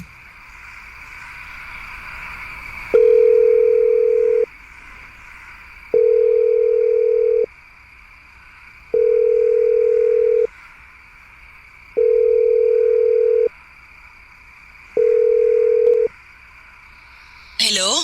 Gabriel? O Monet, mabuti naman sumagot ka na. Kanina pa kita tinatawagan eh. Pasensya ka na ha. Hindi kita masagot kanina. Nasa jeep kasi ako eh. Okay lang. Ano, nakauwi ka na ba sa apartment nyo? Oo. Kararating ko lang. Alam mo ba na nagkakaubusan na ng alcohol at gamot dito sa lugar namin? Hala? Bakit? Dahil nga dun sa virus daw na kumakalat. Yung coronavirus ba? Oo, nakakatakot nga yun eh. Ang sabi, nakapasok na raw yung sakit dito sa Pinas. Oo, kaya nga nag-uunahan na yung mga tao dito na makabili ng alkohol eh. Inabot nga ako kanina ng 2 oras sa grocery para lang dun sa 2 alkohol lang. So far, wala namang ganyan dito sa Maynila. Syempre, maraming bilihan dyan sa inyo. Dito, ilan lang yung mall at saka grocery dito. Baka naman masyado lang kayong OA dyan. Ang sabi naman sa balita, huwag mag-alala eh. Paano hindi mag-aalala yung mga tao bali-balita na magkakaroon daw nung lockdown? Talaga? Wala namang ganyang balita dito ah. Naku, anong wala? Dyan nga ata sa Maynila unang nag-announce na magkakaroon ng quarantine. Ala, totoo ba? Hindi na kasi ako masyadong nakakanood ng balita. Nakakatakot naman. Ganun na ba talaga kaseryoso? Oo, kalat na kalat yan sa social media. Naku, Munit, umuwi ka na lang kaya muna dito sa probinsya. Gabriel, hindi ko pwedeng iwan yung trabaho ko rito. Mas mahalaga pa ba yan kaysa sa kalusugan mo? Paano kung mahawa ka ng virus dyan? Masyado ka namang nagpapadala sa mga balita. Siguraduhin mo munang totoo yung sinasabi nilang quarantine. Baka mamaya fake news lang pala yan. Alam mo naman ngayon sa social media, nagkalat na ang fake news. Ay, basta mag-iingat ka dyan ha. Magdala ka rin ng alkohol mo at kung maaari, huwag ka munang makihalubilo sa maraming tao. Oo, huwag kang mag-alala. Lagi akong may dalang sanitizer. At saka Munet, kapag nag-announce sila ng quarantine, umuwi ka na agad dito ha? Oo na. Sige na, maliligo muna ako. Malagkit ko na eh. Tawag na lang ulit ako mamaya ha? Oh, sige. Bye-bye. Bye.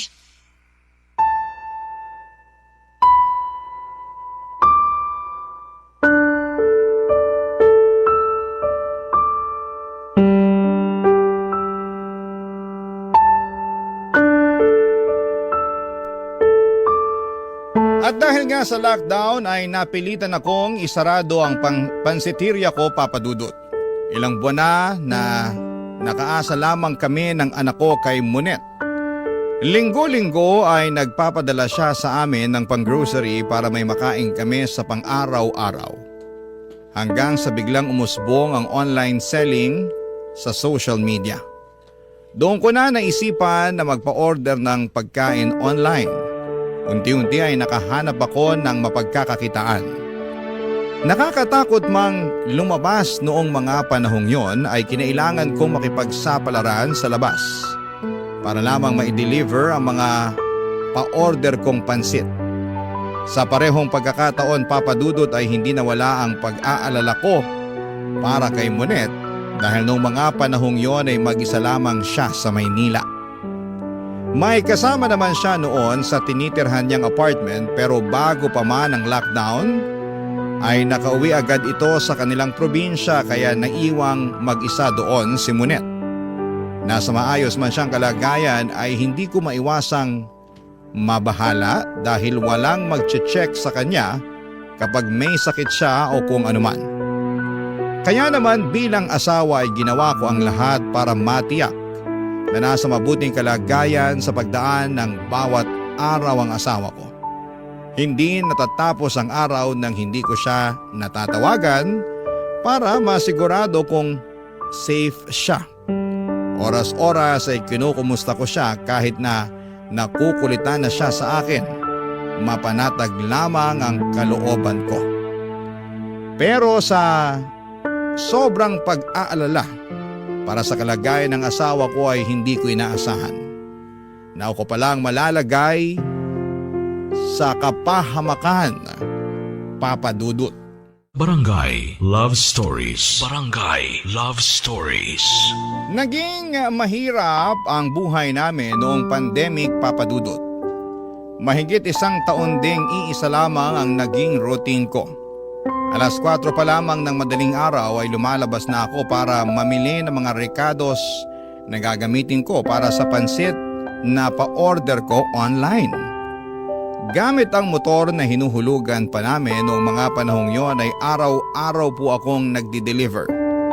Umulan man at umaraw, nalang takot na baka mahawaan ako ng COVID. Pagsapit ng gabi ay naglalaan kami ni Monet ng oras para sa isa't isa para naman kahit papaano ay mapanatili naming maayos at matatag ang relasyon namin. Kahit nga wala na kaming napag-uusapan ay kung ano-ano na lamang ang ginagawa namin para maaliw namin ang isa't isa. May punto noon na sabay kaming nanonood ng pelikula o di kaya'y naglalaro ng online games. Sa mga simpleng paraan na yon, hindi namin napapabayaan ang aming relasyon bilang mag-asawa. Pero ang inaasahan naming maikling lockdown lang ay nauwi sa mahigit 1 taon. Minsan habang nagbibilang ako ng kinita sa buong maghapon, bigla kong naiisip kung hanggang kailan ko kakayanin ang ganong sistema na laging nagmamadali sa labas. Laging may takot dahil sa pangamba sa kumakalat na virus. Ganon pa man sa tuwing maririnig ko ang boses ni Monet, kahit malayo ay agad na napapawi ang lahat ng pagod ko. Siya ang nagsilbi kong lakas sa bawat pagsubok na dumadaan sa buhay ko. Doon ko napagtanto na hindi lang pala negosyo o kabuhayan ang dapat na inaalagaan sa gitna ng pandemya, kundi pati na rin ang pagsasama naming dalawa, Papa Dudut.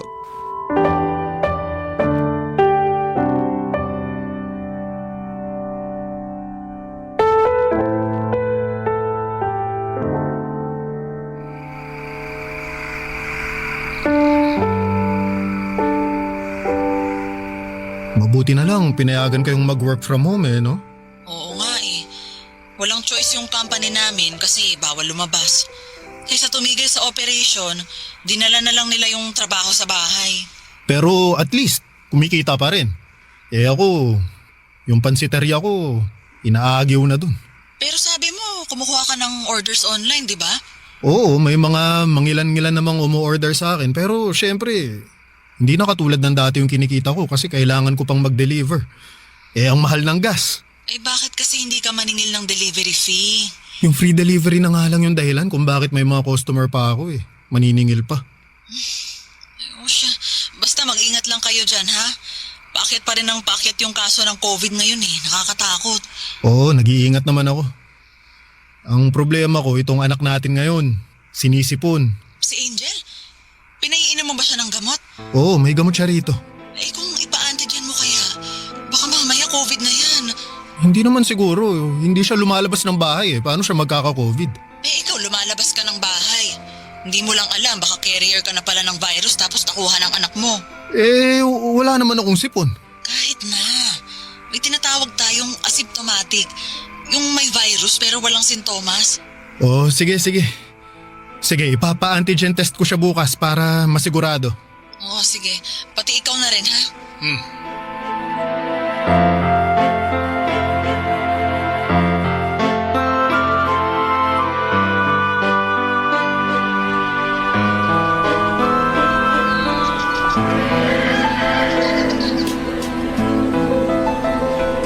Hello, Gabriel? Kumusta yung test nyo? May resulta na ba? Ayun, positive kami, Monet. Ano? Yun na nga ba yung sinasabi ko Nasaan na kayo ngayon? Naka-quarantine ba kayo? Nasa bahay na kami ngayon. Pinauwi kayo? Hindi nyo ba kailangan mag-quarantine? Mild lang naman daw yung sintomas namin kaya pinayagan nila kaming mag-quarantine dito sa bahay. Total, kaming dalawa lang naman ni Angel ang nakatira dito. Punuan na rin kasi yung mga quarantine facility kaya pinagbigyan na lang nila kaming umuwi. Kumusta na si Angel? Ayun, may sinat pa tapos inuubo pero may gamot silang ibinigay sa amin. Ang sabi, uminom daw kami ng vitamins para mas lumakas yung resistensya namin. Ganun ba? Ikaw, kumusta ka? Eto, okay naman ako. Maliban sa walang panlasa ngayon, malakas naman ako. Awa ng Diyos, wala naman akong lagnat o kung ano man. Bakit kasi hindi kayo nag-ingat dyan Nag-aalala tuloy ako para sa inyong dalawa. Huwag kang mag-alala. Ako nang bahala dito. Hindi ko papabayaan tong anak natin. Ang problema ko ngayon, yung negosyo. Titigil na naman dahil sa buwisit na COVID na to. Huwag mo nang problemahin yan. Magpapadala na lang ako ng panggastos nyo. Ang isipin mo na lang muna yung kalusugan nyo. Kung magpapadala ka, isend mo na lang sa kapatid ko. Siya yung nag-grocery para sa amin eh. Siya ngayon yung nagdadala ng pagkain. Hindi ako makapagluto, wala akong panlasa eh. Sige. Kakausapin ko siya mamaya. Wala na ba kayong ibang kailangan? Vitamins, pagkain? Wala na, kumpleto pa naman kami dito. Sige, balitaan mo ako dyan ha. Patapos na yung break ko, babalik na ako sa trabaho. Sige, Monet. Ikaw, mag-iingat ka rin dyan ha. Oo, kayo rin. Sa awa ng Diyos ay mabilis din naman kaming gumaling ng anak ko matapos kaming tamaan ng COVID. Pero kahit gumaling na ako ay hindi naging madali ang mga sumunod na araw. Nakaranas kasi kami ng diskriminasyon mula sa mga tao sa paligid namin. Iniiwasan nila kami dahil sa takot na baka makahawa pa kami kahit na noong mga panahong yon ay magaling na kami. Kahit mga dating kapitbahay at kakilala ay bigla na lamang nila kaming iniwasan. At ang malala pa ay nadamay din ang negosyo ko. Papadudod simula nang kumalat ang balitang nagka-COVID ako ay nawala na ako ng customer na gustong mag-order sa akin ng pansit. Wala kaming magawa noon kundi ang magkulong na lamang sa bahay at umasa na lamang muli sa mga padala ni Monet. Hindi rin naman po nagtagal ang pagtitiis namin dahil makalipas ang ilang pang buwan ay tuluyan ng na-lift ang lockdown sa lugar namin. Unti-unti ay sinubukan naming bumangon. Noong lumuwag ang restrictions noong 2022, ay lagi kong hinihikayat si Monet na umuwi na muna sa Tuguegarao para naman mabisita niya ang anak niya. Pero hindi niya ito magawa-gawa dahil sa trabaho nito. Kaya naman naisipan ko na kaming dalawa na lamang ng anak ko ang pumunta sa kanya. Naisipan kong isorpresa ang asawa ko. Kaya hindi namin siya sinabihan na luluwas kami. Pero papadudod sa halip na si Monet ang masorpresa sa biglaang pagbisita namin sa kanya ay ako pa ang sobrang nagulat.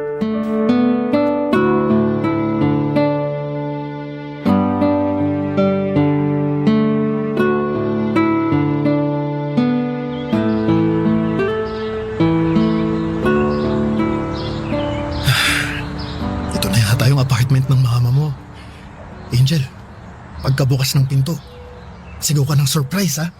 Opo, Papa.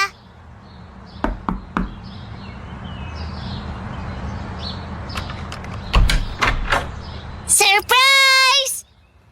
Oh? Hindi naman po yan si Mama eh. Anong kailangan nila? Nako. Sorry na mali lang yata ako ng kinatok. Pasensya na, akala ko ito yung apartment ni Monet eh. Ito nga yung apartment ni Monet. Bakit? May kailangan ka ba sa kanya? Sandali. Dito nakatira si Monet? Oh. Monet! May naghahanap sa'yo! Sa akin? Sandali, nandyan na. Sino raw? Gabriel? Surprise! Mama, na-surprise ka ba? Anak, Gabriel, anong ginagawa niyo rito? Bakit hindi kayo nagsabi sa akin na luluwas kayo?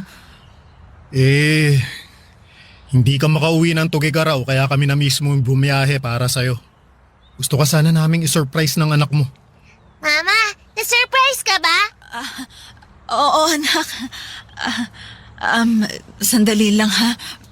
Leandro, doon ka muna sa loob, please. Sige, maiwan ko muna kayo. Gabriel, sana nagsabi kayo na luluwas pala kayo para nakapaghanda ako. Sino yung lalaking yun? Akala ko ba mag-isa ka lang dito sa apartment mo? Si ano yon? Si Leandro, katrabaho ko. Binisita lang niya ako kasi may nagpapatulong ako dun sa laptop ko. Nagka-problema kasi. Inaayos lang niya.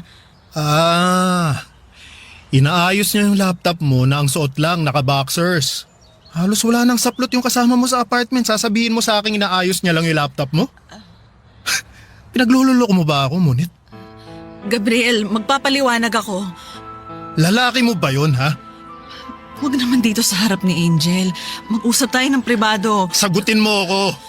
Lalaki mo ba yun? Gabriel! Ayaw mo sumagot?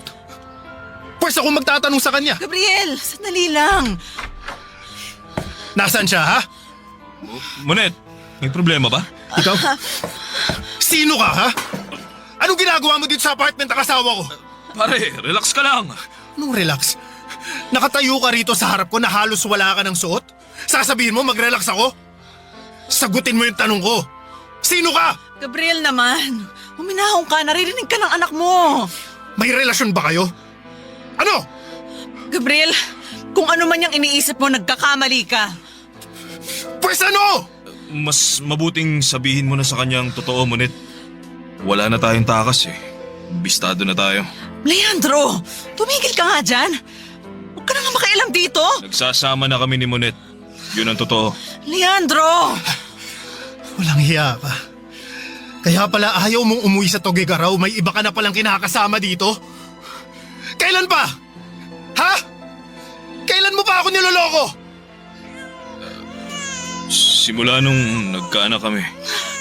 Leandro, tama na please. May anak kayo? Gabriel, I'm sorry. Angel, halika na. Umuwi na tayo, Angel. Halika na. Papadudot ng araw ding yon ay bumalik agad ako sa Tugigaraw kasama ang anak namin. Buong biyahe ay pinipigilan kong umiyak. Gusto kong maging matatag para kay Angel pero sa bawat tahimik na sandali ng biyahe, naririnig ko ang tibok ng puso kong durog na durog. Pagdating sa probinsya ay paulit-ulit akong tinatawagan ni Monet. Nang mga panahong yon dahil sa galit ay hindi ko pa magawang sagutin ang tawag nito. Wala pa akong lakas ng loob na marinig muli ang boses niya. Kahit wasak na ang loob ko ay itinago ko sa mga kaibigan at kamag-anak namin ang totoong mga nangyari. Ayaw kong kaawaan ako ng mga tao. Ayaw ko ring husgahan si Monet ng iba. At higit sa lahat ay ayokong pagpiestahan ng mga tao ang buhay namin. Sa halip ay tinuong ko na lamang ang sarili ko sa muling pagpapatakbo ng aking pansiteria. Hindi ko na maatim na tumanggap pa ako ng kahit na anong kusing mula kay Monet. Kaya napilitan po akong umutang para lamang makapagsimulang muli. Sa awa naman ng Diyos ay unti-unti ring bumalik ang mga suki ko. Mahirap man ang pinagdaanan ko noon ay pinilit kong isantabi ang nararamdaman ko para sa anak ko. Sa halip na hayaang lamunin ako ng galit at lungkot, ay pinili kong magpakatatag dahil alam kong sa kabila ng sakit, kailangan kong magpatuloy dahil ako lamang ang aasahan ng anak ko. Papa Dudut. Barangay Love Stories. Barangay Love Stories. Noong napayagan si Monet na magkaroon ng hybrid work setup ay agad-agad siyang umuwi sa probinsya. Ang sabi niya ay gusto niya makipag-usap sa akin at ayusin ang lahat. Ngunit pagdating niya ay naging malamig na ako sa kanya, Papa Dudut. Hindi ko siya kinibo at hindi ko siya kinausap. Sa totoo lang ay hindi ko pa rin lubos maisip kung paano ko siya mapapatawad sa ginawa niya sa akin. Araw-araw kaming nasa isang bubong noon pero parang magkaibang mundo ang kinakaroon na namin. Kung dati puno ng tawanan at kwentuhan ang bahay, noong panahon na yon ay puro katahimikan ang bumabalot sa pagitan namin. Ramdam ng bawat isa ang bigat ng hangin. At sa tuwing sinusubukan niyang lumapit ay ako naman ang lumalayo, Papa Dudut. At dahil nga sa sama ng loob ay unti-unti akong natutong uminom. Sa umpisa ay isang baso lamang para pampatulog.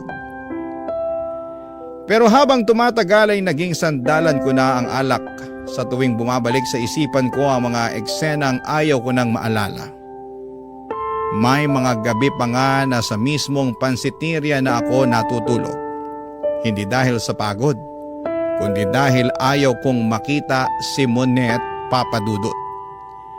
Isang gabi matapos ang inuman namin ng mga empleyado ko sa pansiteria, ay pinuntahan ako doon ni Monet para mapag-usapan ang problema naming ilang linggo na rin naming iniiwasang harapin, Papadudot.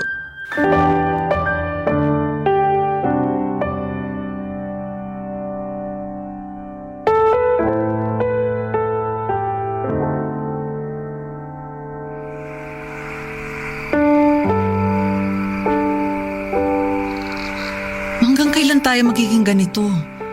Ano, habang buhay mo na lang akong hindi papansinin? Anong gusto mong gawin ko?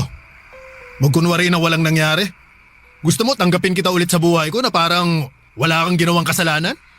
Bigyan mo naman ako ng pangalawang pagkakataon. Pagkakataon? Sige, bibigyan kita ng pagkakataon para magpaliwanag. Ikwento mo sa akin lahat, baka sakaling masagot mo yung bumabagabag sa isip ko kung bakit, Monet. Bakit mo nagawa sa akin yun? Please, kalimutan na natin yung nangyari. Magsimula na lang ulit tayo. Nandito na ako. Magsimula na lang ulit tayo, please. Anong kalimutan? Sa tingin mo ganun lang kadali yun? Gusto mo ako makausap? Sige, mag-uusap tayo. Paano kayo nagkakilala nung lalaking yun? Gabriel naman. Gusto mo makipag-usap, di ba? Simulan natin sa simula. Paano kayo nagkakilala? Tenant din siya sa apartment building na inuupahan ko. Nagkaroon kami ng ugnayan nung pandemic. Tapos ano? Nadisgrasya ka niya? gusto ko namang ipaalam sa'yo yung nangyari. Maniwala ka. Pero hindi ko alam kung paano ko sasabihin sa'yo yung totoo. Natakot ako. Alam mo, sa lahat ng tao, hindi ko inaasahan to mula sa'yo, Monet. Mag-isa lang ako noon. Wala akong kasama. Wala akong makausap. Si Leandro lang yung tanging katuwang ko noong mga panahong yon. Kaya ka nagpabuntis. Hindi ko ginusto yung nangyari. Hindi ginusto? Magkasama kayo sa iisang apartment. Sabay kayong nagpapalaki ng batang binuon yung dalawa. Tapos hindi mo yun ginusto? Naipit lang ako sa sitwasyon. Ah! Talaga lang ha? Alam mo, ito yung hindi ko maintindihan eh.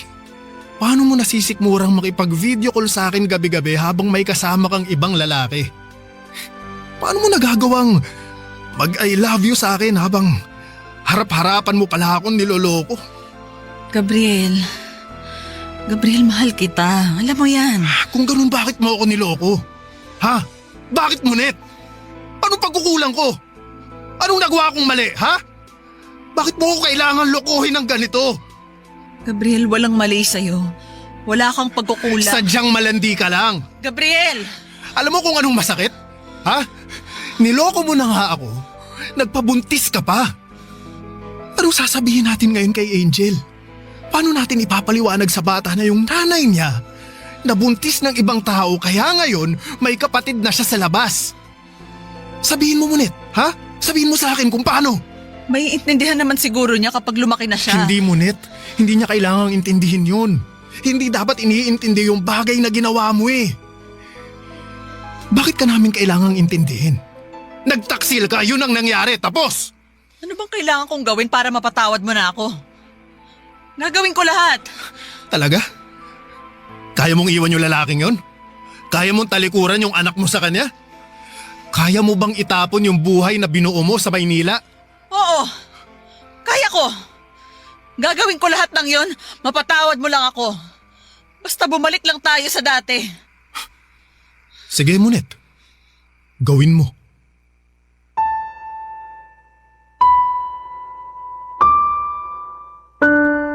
Matapos ng gabing yon sa pansiteria ay nagsimulang ipakita ni Monet ang pagsisisi mula sa kasalanang ginawa niya.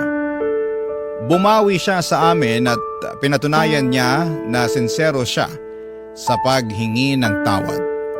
Nag-resign na siya sa trabaho at tinalikuran niya ang mga kaibigan at bagong pamilya na binuo niya para lamang patunayang nagsisisi na siya sa mga nagawa niyang kasalanan noon. At katulad nga ng napag-usapan namin ay binigyan ko si Monet ng pangalawang pagkakataon. Sinubukan kong ibalik ang lahat ng tiwala, ang respeto at pagmamahal. Pero papadudot. Kahit na anong gawin ko ay hindi ko magawang tignan si Monet sa parehong paraan. Tuwing magkatabi kami sa kama ay paulit-ulit na pumapasok sa isipan ko ang lalaking kinakasama nito sa Maynila. Kung papaanong kada gabing magkausap kami sa cellphone, wala akong kamalay-malay na may ibang lalaki na pala siyang katabing matulog. Kasabay kumain at kasama sa pang-araw-araw. Kahit na anong pilit kong patawarin siya ay hindi ko magawa.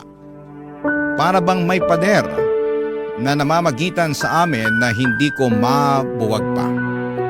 At kahit magkasama na kami sa isang bubong ay ramdam ni Monet ang lamig ng pakikitungo ko sa kanya, papadudot. Hindi ko man sabihin, alam niyang nagbago na ako. Ang dating asawang puno ng lambing at ngiti ay napalitan ng isang lalaking tahimik, malayo at may bigat sa puso. Wala nang ibang magawa pa si Monet doon kundi ang tanggapin ang pagbabagong yon, papadudot.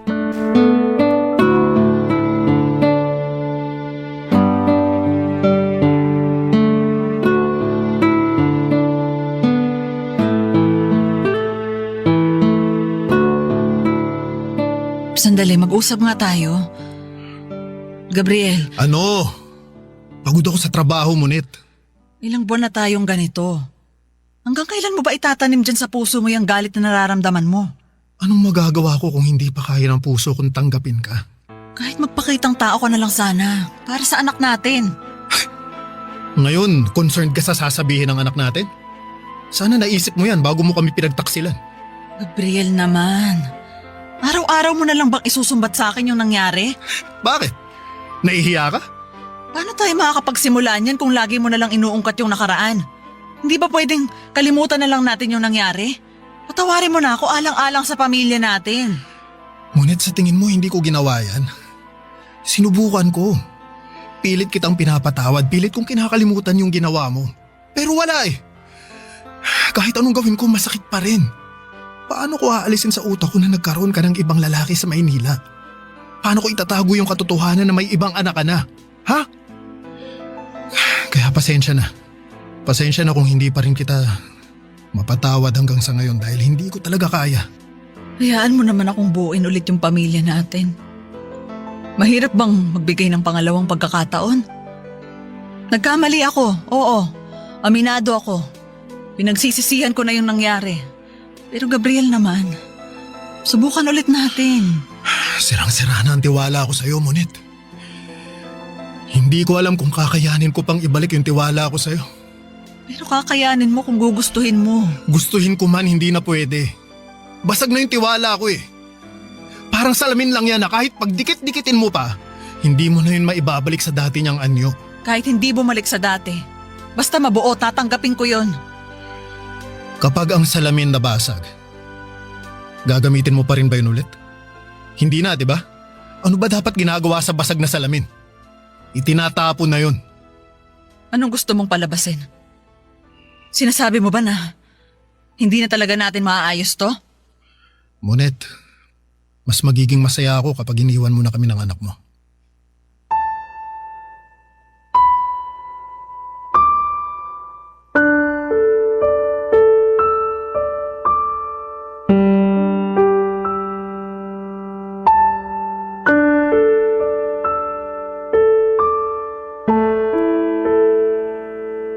Papadudot mabilis na kumalat sa lugar namin ang nangyaring hiwalayan sa pagitan namin ni Monet.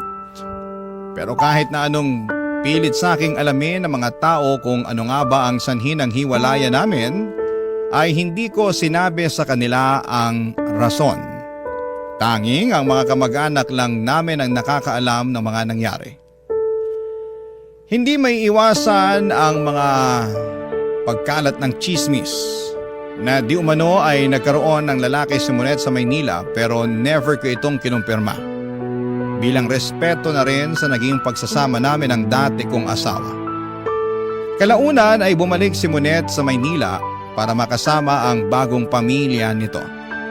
Kapag umuwi siya sa Tugigaraw ay hindi ko naman ipinagdadamot sa kanya na makita si Angel.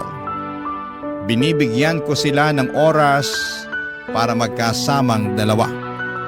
Kahit papaano ay naging civil kaming dalawa ni Monet para na rin sa anak namin. Papadudot kung ako ang tatanungin ninyo ay napatawad ko na po si Monet sa mga nagawa niya. Nandun pa rin ang sugat na gawa ng pagtataksil niya pero natutunan ko na ring tanggapin.